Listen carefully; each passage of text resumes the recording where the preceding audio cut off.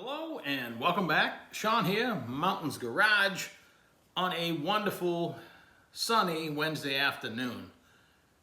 Getting a few April showers today. But what are you going to do? Today we're going to talk about some do's and don'ts. Actually, this is mostly don'ts.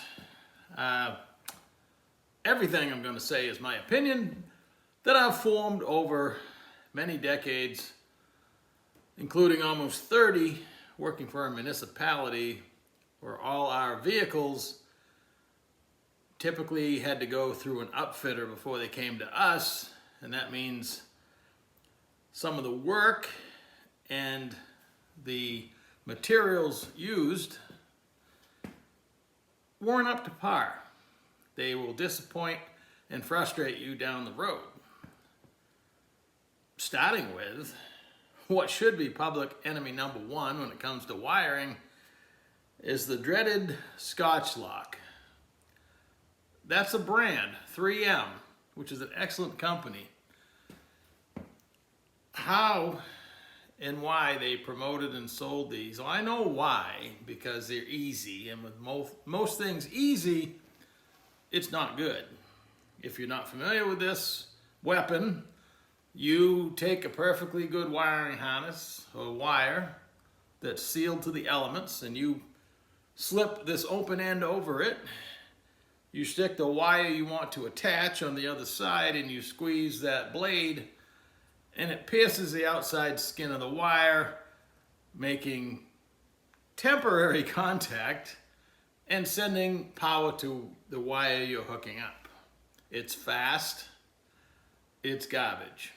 Unfortunately, up to the most expensive motorhome, camping trailer, race car trailer, when your lights are out in the back of your trailer on one side, there's one of these hidden in the wall.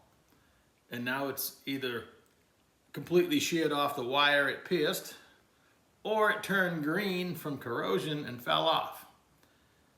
You see these all over the place. This is a sign of a non-professional job. Whoever did this was in a hurry and they just wanted your money. Sad but true.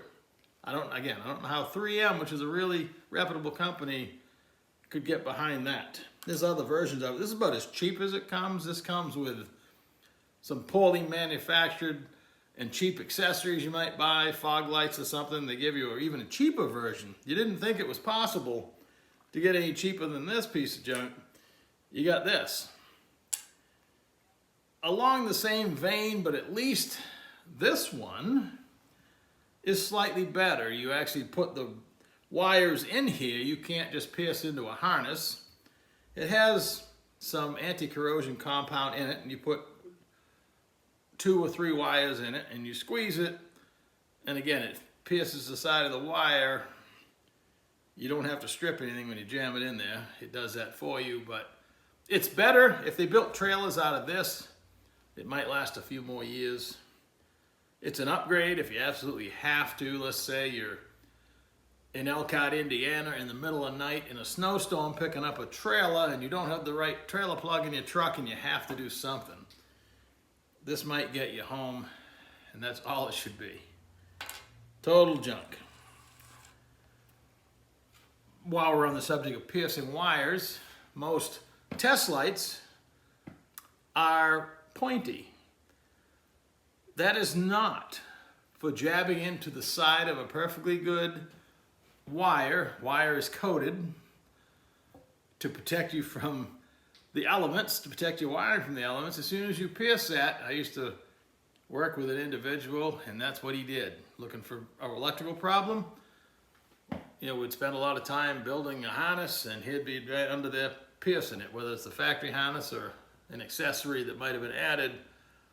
Go to the end of the harness and, open the connector, wherever it is, and probe that. Not for piercing wires. Enough on that. We're supposed to be talking about individual pieces. The next big offender that I'm not a fan of at all is a self-tapping screw. Yes, there's worse offenders out there.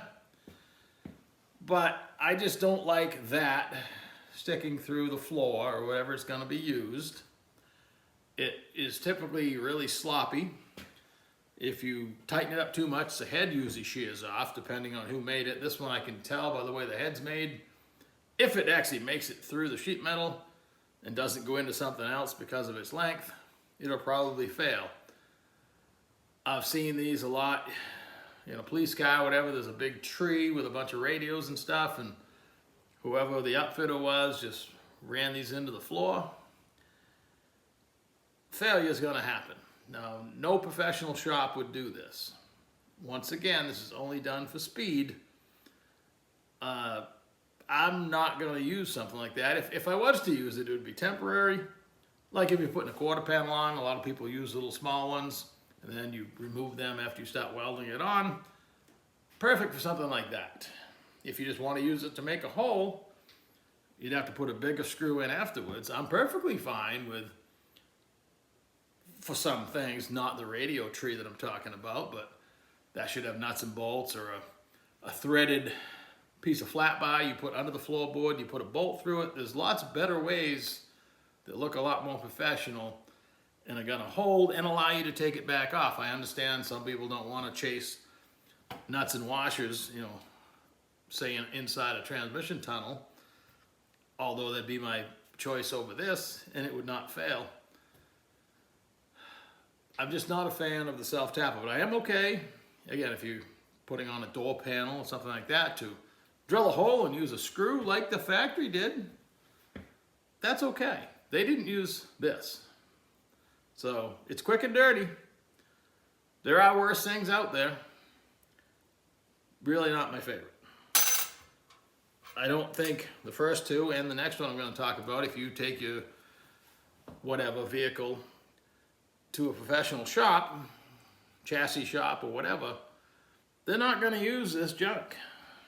If you're interested, maybe like Tim McCamus, he probably has a video like this condemning it also. I haven't watched all his videos, but he's very entertaining. Tim McCamus Race Cars.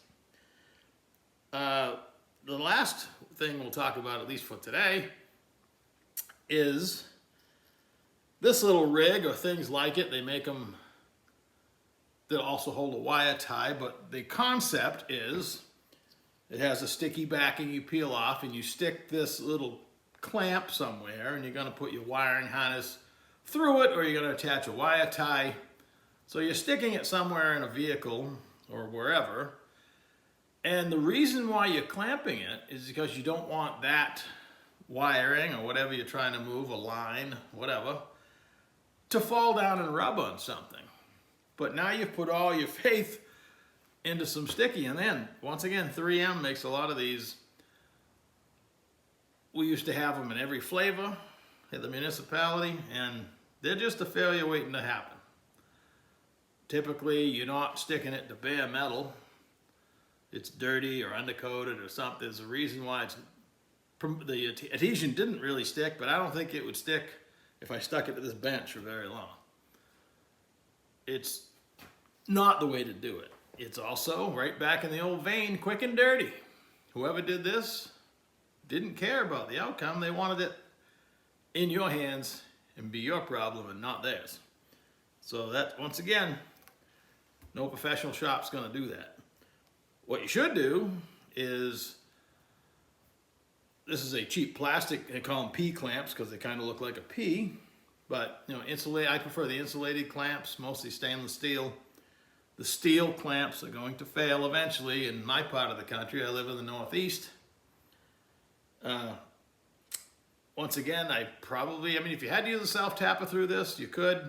I would use drill and tap and use a bolt or a nut and a bolt or a regular screw. But again, it wouldn't be the end of the world if you used a self-tapper in this to hold up a wiring harness. It's still better than stick-on, but I'm not going to reach, and I don't have very many in stock. If anything, this is left over, probably thrown in my toolbox from something else. Too good to throw away, but not good enough to use. And the last offender, I don't have one, I don't stock any, I don't want them, is the riv nut. That concept, it looks like a collar, a threaded collar. You drill a giant hole, depending on the size of the rib nut you want. They come 3/8 or bigger. So you hog out a giant hole, say in the side of your frame, and there's a tool that you thread this. It's internally threaded. You thread it onto the installation tool and you squeeze it like a rivet, and it bulges up into the hole you drilled. And then in theory, you put a bolt in there and it's going to hold whatever you want to hold. same vein, cheap and dirty. And my hatred for those came from working on fire trucks in the Northeast, where we salt the roads and spray calcium on the road to melt the ice and snow. You have every fire truck that rolls past. The next time you look at one, think of this video. This aluminum tread plate panels all over that truck. That's what they're built out of. And each panel has 15 or 20 bolts, usually Phillips or Allen head or anything but a bolt. But even if it was, it's built on a skin of angle iron. Excuse me, it's built on a structure of either angle iron, aluminum, or steel. So you have steel, you have aluminum tread plate, and typically a stainless bolt. When they put the bolt into the brand new rib nut at the factory, they did not put any Never-Seez or anything on it. They just wound it in there. And over time, what do you think is going to happen? Corrosion. But even without the corrosion, if you had 15 of these bolts to take out, 5 of them are going to spin in the hole. Now you have a bolt that won't come out. The whole rib nut's spinning in the hole. No way to get to the backside. All you can do is cut the head off the bolt. Try not to ruin the diamond plate because it's a good looking $1 million truck. And try to get it out. And now you've got a giant hole where the bolt's supposed to be, so you don't have a lot of options other than to put another rib nut back in or weld something behind it. It becomes a major repair. And it would take longer, would prefer if they just drilled and tapped the angle iron structure underneath that they built the truck out of and put in a bolt that's been coated with some rust preventative. And I think you'd fare better. And the worst case scenario, you'd break it off and you'd have to drill it out and retap the hole. But I see people putting transmission cross members in when I watch a lot of videos, and a lot of people think they're great. I don't trust them, and eventually, like all this other junk, they're gonna disappoint you. So that's it for today. Typically, I'm showing how I do things. Today, I'm talking about how I don't do things. And again, my opinion, if you've had great success with this stuff, good for you. Feel free to comment. Enjoy your day, and I'll catch you in a few days.